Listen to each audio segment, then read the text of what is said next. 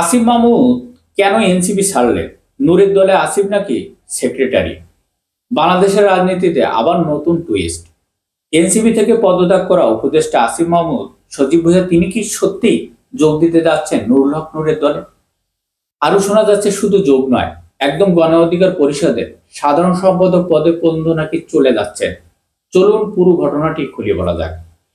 এনসিপির ভিতরে নাকি বেশ কিছুদিন ধরে চলছিল চরম মতবিরোধ।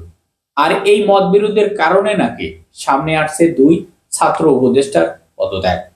একজন আসিফ মাহমুদ, সজীব ভুঁইয়া, আরেকজন মাহফুজ আলম।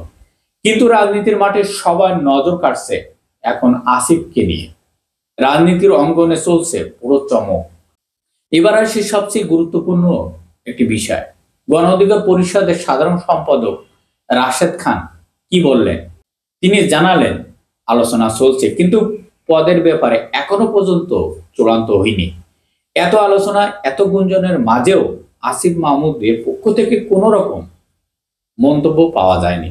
বহুবার ফোনে যোগাযোগ করার চেষ্টা, কিন্তু পাওয়া যায়নি। গুঞ্জন আসছে ক্ষমতার প্রভাবে এনসিপির ভিতরে কিছু ব্যক্তিদের সুবিধা দিচ্ছিলেন।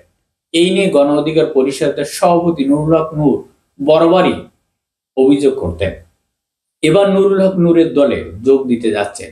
আসিফ মাহমুদ নাকি বিএনপির মনোনয়ন নিয়ে ঢাকা 10 আসন থেকে নির্বাচনে অংশ নেওয়ার প্রস্তুতি নিচ্ছিলেন, কিন্তু পরে জানা যায় তিনি ঢাকার ভোটার। এরপরে নাকি তিনি দিক পরিবর্তন শুরু করেন।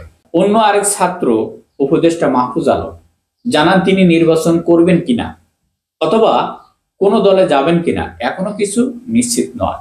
তিনি এখনো নিজের অবস্থান স্পষ্ট করতে চান না। সব মিলিয়ে বাংলাদেশের রাজনীতিতে আবার নতুন রহস্য তৈরি হয়েছে।